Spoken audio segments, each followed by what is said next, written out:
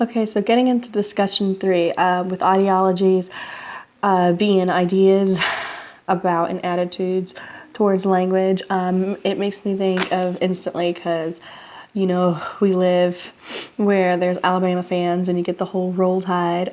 You see a lot about that during college football, and you can see all the memes and the way people have them think and talk. And it's all like, if you talk Southern, then you must be uneducated or can't talk right. So that's what that made me think of. And then for the essay for 2 languages, 2 cultures, and oneself, right off the bat, her first sentence got to me. It said, I'm trying to translate myself from Polish into English and English to Polish for 30 years. That sounded really difficult. That instantly got my attention because she's saying, like she has 2 identities basically. Like, where do I fit in? And okay, well, I moved over here to Australia, so now she's got to speak English. But then if she speaks to her family, she's got to speak Polish. So it's just back and forth, and being bilingual that way, and trying to get a different identity, but keep your old self as well. Which that brings me into the essay for Wild Tongue, where she said, internalized identification. She does that by thinking of food and certain smells, how they bring images and certain emotions. I think that's true for everybody. Everybody thinks of a certain item that they like or something that appeals to them, and it identifies who you are, and it makes perfect sense. And then that essay brought about multiple code switching, which is the use of 2 languages interchangeably. You can definitely see that throughout her essay. Oh my goodness.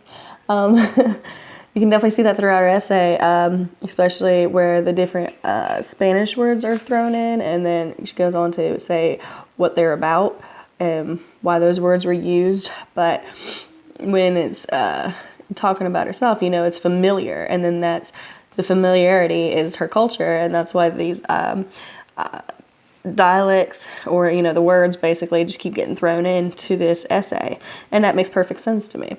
The third essay I chose was Losing My Welsh, and just the title got interested me right off. And a couple quotes that got to me were music to my ears, which translate in Welsh to, I'm not going to say the Welsh saying, but I'm just going to say the English version of it, which is honey on my fingers.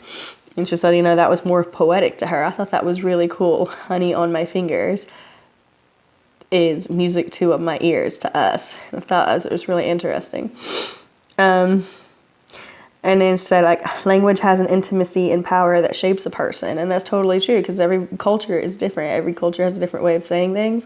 And even though the meanings could be similar to each other, it's still just it's almost like a different harmony, like versus English, Spanish, German, Dutch, Chinese, Japanese, everything's different. But it's very personal to each culture, but at the same time, it's all similar as well. I don't know what I'm trying to say right there, but it made sense in my head. And as far as how to make students feel safer in the classroom and welcome, I thought maybe with all of these different sayings and everything, to include cultural awareness and see the differences, but see the alikeness in the classroom. Could have a board of different sayings that come from all these different cultures. And so the students can understand why a student might say a certain type of thing, or why they might say a certain word this way, and it's because that it's learned. It's in their culture. As far as grading the essays, Cake right off, I did the rubric, and she got a 56%. Candle would have got a 38%, and then I checked out the new version of showing it in a poetic type form, and that just makes sense. If you show it that way, okay, well then I can understand the progression. I can understand the organization. You can see that, that person's telling a story. So to me that made sense. And so the new grade that Cake got, the Cake story, was 81%. And then that goes on to say, how would you change the rubric? Well, then I wouldn't for a poem, you don't focus so much on a punctuation.